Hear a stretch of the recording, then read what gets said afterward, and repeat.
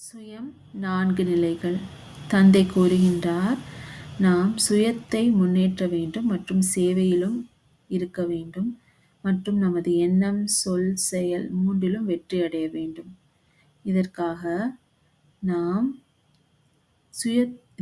நாம் எல்லையற்ற வைராகியத்தில் செல்ல வேண்டும் என்று தந்தை சொல்லி இருக்கின்றார். அதில் நாம் சுயத்தின் 4 நிலைகளை இப்பொழுது பார்ப்போம். சுயத்தின் 4 நிலைகள் என்னவென்றால், முதலில் பொறுப்பு, அதாவது நான் நிமித்தமாக இருக்கின்றேன், நான் இதற்கு பொறுப்பாளி ஆகியிருக்கின்றேன். நான் என்பதை விட்டுவிட்டு, நான் என்பது எல்லைக்குட்பட்ட விஷயமாகும்.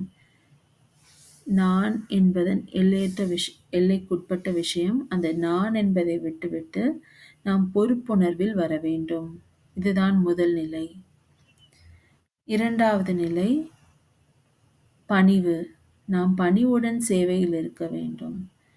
நாம் அகங்காரத்தோடோ ஆணவத்தோடோ இருக்கக்கூடாது. நாம் பணிவுடன் சேவையில் இருக்க வேண்டும். இரண்டாவது பணிவு.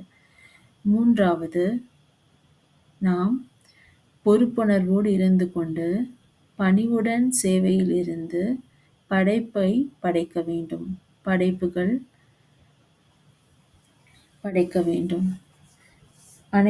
நிறைய ஆத்மாக்கள் கதறிக்கொண்டு இருக்கின்றார்கள் முக்திக்காக. நாம் அவர்களுக்கு முக்தியின் வழியை காண்பிக்க வேண்டும். அதற்கு முதலில்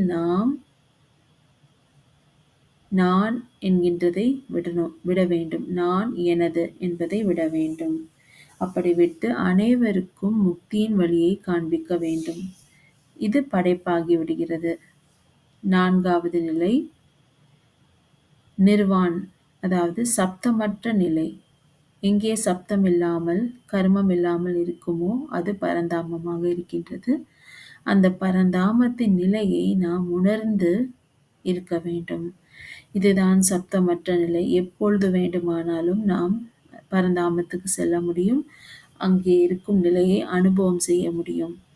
அப்படி நாம் இந்த நிர்வாணம், சப்தமற்ற நிலையை அவ்வப்பொழுது அனுபவம் செய்து கொண்டே இருக்க வேண்டும். ஏனென்றால் நாம் இப்போது வீட்டுக்கு திரும்பும் நேரம் வந்துவிட்டது. ஆகையால் இந்த 4 சுயத்தின் நிலைகளை செக் செய்ய வேண்டும். ஓம் சாந்தி.